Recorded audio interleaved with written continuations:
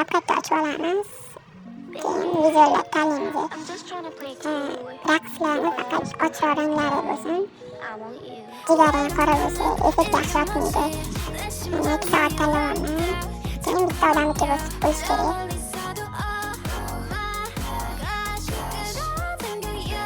Endi videolarni qirqib chiqamiz. 1 minutdan oshib ketsa, u shorts bo'lmay qoladi. Shuning uchun qirqib chiqish kerak. Har birini 18 sekunddan qirqib chiqsa bo'ladi.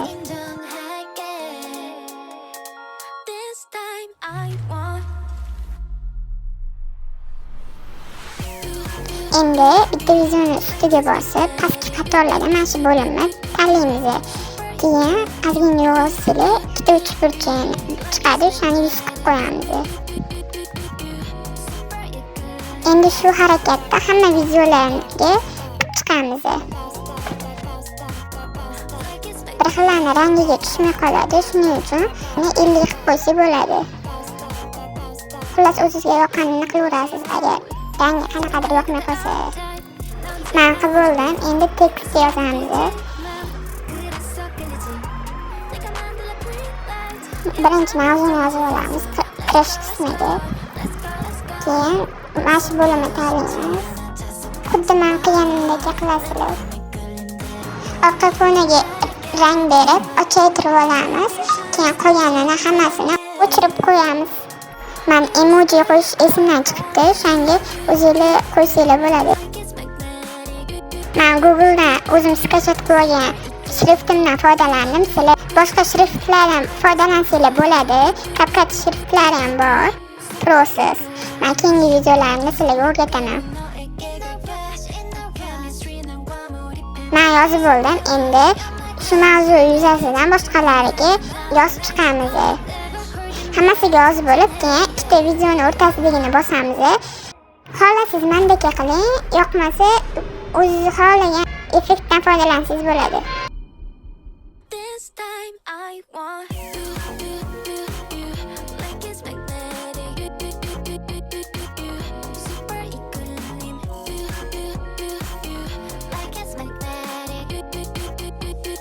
Endi boshqa videolarga ham shunaqa qilib chiqamiz. Endi bo'lsa, o'zimizning nikimizni chiroyli qilib yozib chiqamiz.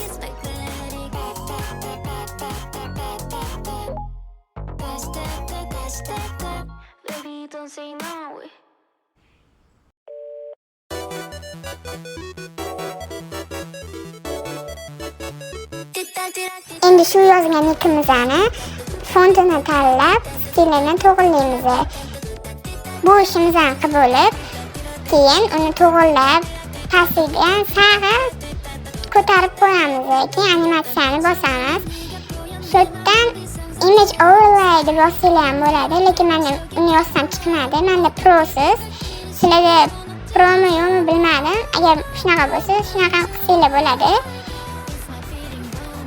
Yoki-da shundaylicha qoldirsanglar ham bo'ladi, animatsiya qilmasdan. Keyin pastki bo'limlardan stiker bo'limiga o'tib, process stiker tanlasanglar bo'ladi.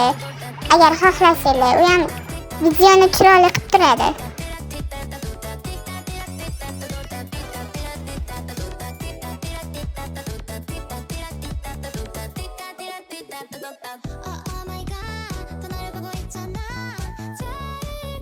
Videomiz tayyor. Endi boshidan oxirigacha xatolarni tekshirib chiqamiz.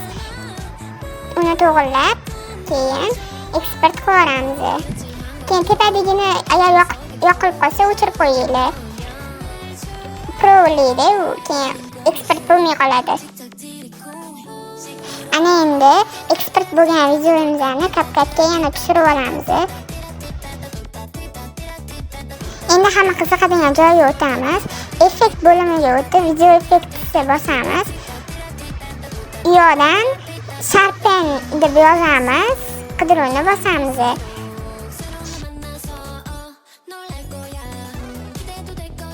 Birinchidan chiqqan effektni tanlaymiz.